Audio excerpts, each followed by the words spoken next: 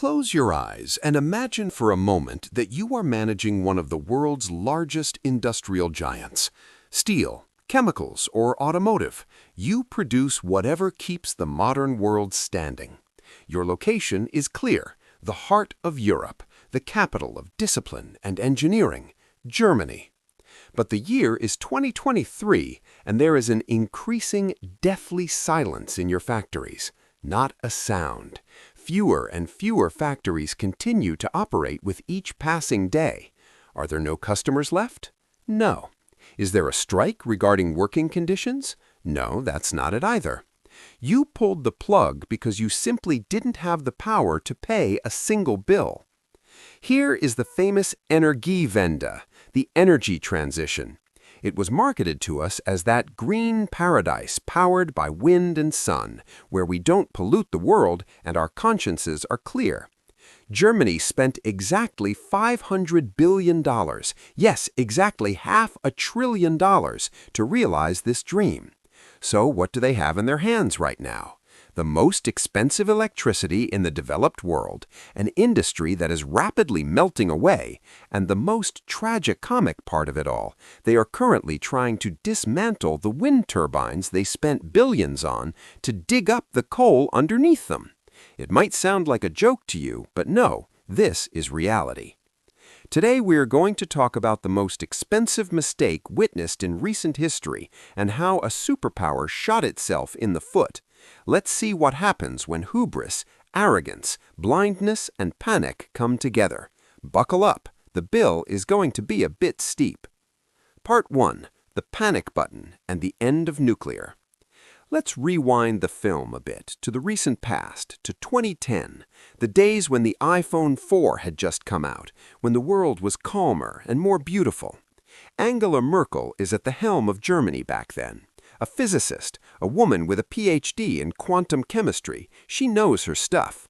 She extended the lifespan of nuclear power plants, everything is going well, and spirits are high. Germany's energy wallet was solid back then. It lived a trouble-free and reliable life by putting 3 different energy types in its basket. Nuclear, coal, and renewables were going in balance.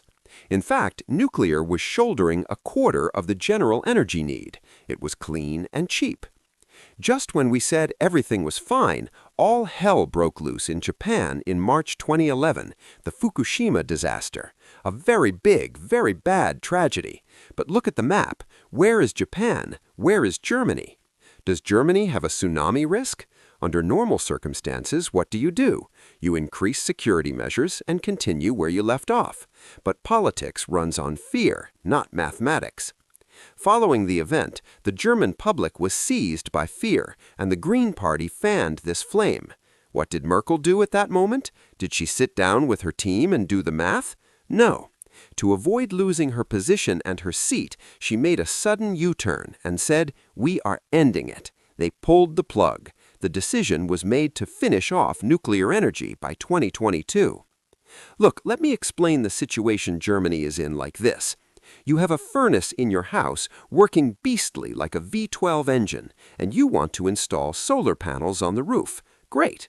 But before the solar panels arrive, in the middle of winter, you take a sledgehammer and smash the furnace. Then you say, "Calm down, the sun will definitely come out." This is Germany's $500 billion suicide.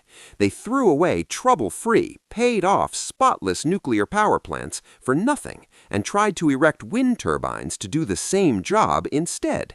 In other words, capacity didn't increase, they just spent a fortune to run in place and be cleaner. The result? When the wind didn't blow and the sun didn't shine, they became dependent on the lignite coal they called dirty. While trying to save the world, they ended up using even more coal than before. Part 2. Hooked on Russian gas. You ended nuclear. Well, the wind doesn't always blow, and on top of that, winter is coming. So what's the plan now? Natural gas. But there is no gas in Germany, so where will they find the gas? From Putin. Germans had a naive and childish belief like, if we increase trade, Russia will become civilized, they won't attack us, and we will be friends. For the sake of these dreams, they laid the Nord Stream pipelines and tied the heart of the industry completely to Russian gas. Cheap gas was a wonderful drug for German industry, but they had become addicted to it. Everyone had warned the Germans. The Poles, the Ukrainians shouted at the top of their lungs, "Don't do it, this is a trap." In fact, no one can forget the German delegation snickering when Trump said Germany will become a captive of Russia at the UN podium in 2018. They were saying, "What does this man understand about diplomacy?" According to the Germans, they possessed the only correct way of thinking. But when Russian tanks entered Ukraine in February 2022, those smiles vanished, replaced by fear and anxiety. When the gas valve closed, Germany painfully realized how vulnerable it was regarding its energy strategy. Prices quickly reached incredible levels, increases of 1,000%. The bill of an average factory owner jumped from 1 million to 10 million. This was not a sustainable cost. The German Minister of Economics had to organize emergency visits to countries like Qatar and seek new agreements to secure energy needs. The secret of the famous Made in Germany quality was actually cheap Russian gas. That era of cost-effective energy which kept the Made in Germany quality competitive has unfortunately come to an end. Part 3. Industry's Tough Test. Production Exodus. To understand the true scale of the crisis Germany is in, one must not only look at household bills, but also at industrial giants.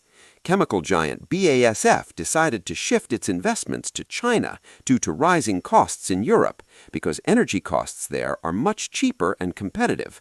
Similarly, Miele is heading to Poland and Volkswagen to North America. In fact, Volkswagen had to close factories in Germany for the first time in its history. Economists call this structural change. However, the real risk is this: Germany is currently losing its production power.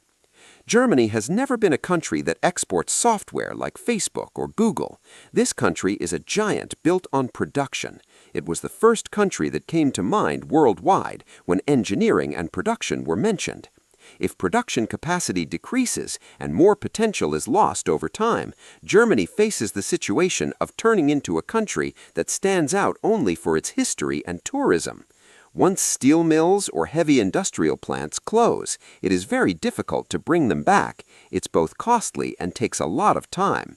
While trying to reach its dream carbon targets, Germany faces the danger of squeezing the lifelines of its own economy. This is like weakening the foundation of the house while trying to improve fire safety. The path they walk is getting narrower. Part 4. The Grid Paradox. The technical and perhaps the most ironic part of the business is here. Germany has a geographical imbalance.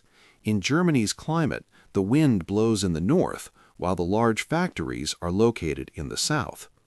Adequate transmission lines to carry this electricity from north to south could not be completed on time due to bureaucratic obstacles and local backlash. So, what happens when the wind blows very strongly in the north? Because there isn't enough line capacity to transmit the electricity south, turbines are asked to be stopped to ensure grid security. However, according to current laws, operators continue to be paid even if the turbines are not running. This is called redispatch cost. The consumer pays the price for energy that cannot be produced due to technical inadequacy. Meanwhile, factories in the south that are in production are forced to run gas or coal plants to avoid being left without electricity. So, due to the inefficiency in the system, the consumer is billed twice, once for the green energy that couldn't reach them, and once for the conventional energy used out of necessity. Part 5. The Heat Pump and Social Backlash. The government wanted to start a transformation in residences to reduce carbon emissions and put the heating law on the agenda. The aim was to use efficient heat pumps instead of old boilers. Although heat pumps are great as a technology, Germany's old building stock was not ready for this. The cost of installing this system in an old house without insulation could reach 50,000 euros along with renovations. This situation created great anxiety, especially among retirees and middle-income families. The question, how will we cover this cost, turned into a major social backlash. When people panicked and opted for old-style gas boilers before the ban came, the transformation prepared by the government was interrupted, and the country was left with the risk of remaining dependent on natural gas for many more years. Part 6. The truth behind the statistics. Today, government officials declare that emissions have dropped and targets have been met. Yes, emissions have dropped. However, experts emphasize that the reason for this is not just investments in green energy. On the contrary, the main reason is the contraction in industrial production. When factories reduce production or shut down, emissions naturally drop. But this may be a sign of a contraction in the economic circle rather than a healthy green transition. Also, due to the closure of nuclear power plants, the carbon intensity used in Germany's electricity production is currently at higher levels compared to its neighbor France, which uses nuclear energy. Conclusion: lessons learned. Let's come to the present day. We are in the year 2025, and the German economy is struggling with stagnation. Developing countries are closely watching the difficulties Germany is experiencing and trying to learn lessons. They are calculating how to transform without risking energy security. The lesson to be learned here is very clear. Energy policies should be managed not just with ideals, but with physics, mathematics, and economic realities. Removing reliable energy sources without solving infrastructure and storage problems carries great risks. What is suitable in theory may not be suitable in practice. Germany spent huge resources for this painful experience. We hope the rest of the world learns the necessary lessons from this process. Thanks for watching. Don't forget to like the video and subscribe. See you in the comments.